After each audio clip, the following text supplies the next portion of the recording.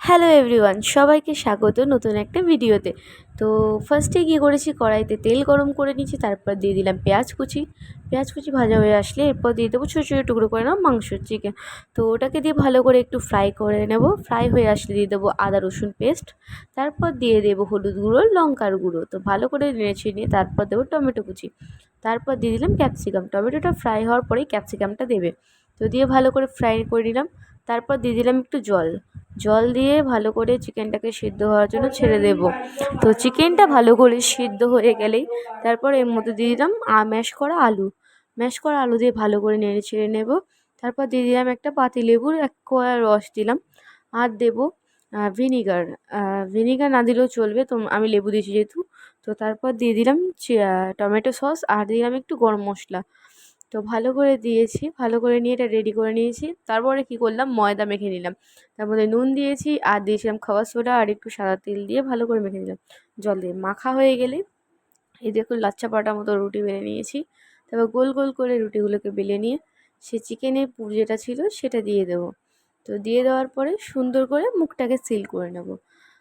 তো এই ভিডিওটা আমি বানিয়েছিলাম বেশ কয়েকদিন আগে, তখন হালকা হালকা শীত ছিল, কিন্তু তারপর ভিডিওটার এডিট করা হয়নি আর পোস্টও করা হয়নি। কিন্তু এর অলরেডি এডিটিং ভিডিওটা আমি পোস্ট করেছি তোমাদের সাথে। তো দেখতেই পেলে ভালো করে মুখটা সিল করে নিয়েছি। তো সেম প্রসেসে আমি বেলাটা দেখাচ্ছি, বেলে নিয়েছি, দেখতেই পাচ্ছি সুন্দর করে গোল করে বেলে নিয়েছি। বেলার পরে ওর মধ্যে আমি চিকেনের পুরটা দিয়ে দেবো। তো দেখতে পাচ্ছ আরোই ডিস্টার্ব করছিল আমাকে, ভিডিওতে চলে আসছিল। চিকেনের পুরটা দেওয়ার পরে সুন্দর করে মুখটাকে র্যাপ করে নেবো। তো মুখটা বন্ধ করে ডিজাইন করে দেবো। তো রেডি, চলো এবার তেল গরম করে নিচ্ছি, সাদা তেল। তো এর মধ্যে আমি লো টু মিডিয়াম ফ্লেমে ভালো করে সুন্দর করে ভেজে নেব।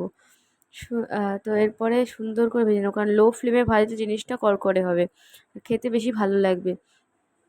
তো ভাজতে ভাজতে আমি ক্যামেরা করছিলাম, মাকে দিয়ে দিয়েছিলাম ভাজতে, কারণ একা হাতে সবসময় ক্যামেরা করাটা সম্ভব না।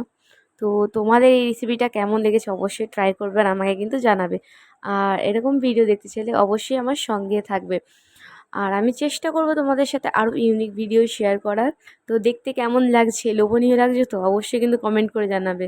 আর আমার ফার্স্টেই ট্রাই করেছি আমার ছোট্ট আরু, তো দেখতে পাচ্ছ ও ভাঙলো। তো তোমাদের কেমন লাগছে জানাবে। তো সবাই ভালো থাকবে, নমস্কার, দেখা হবে পরে নেক্সট ভিডিওতে।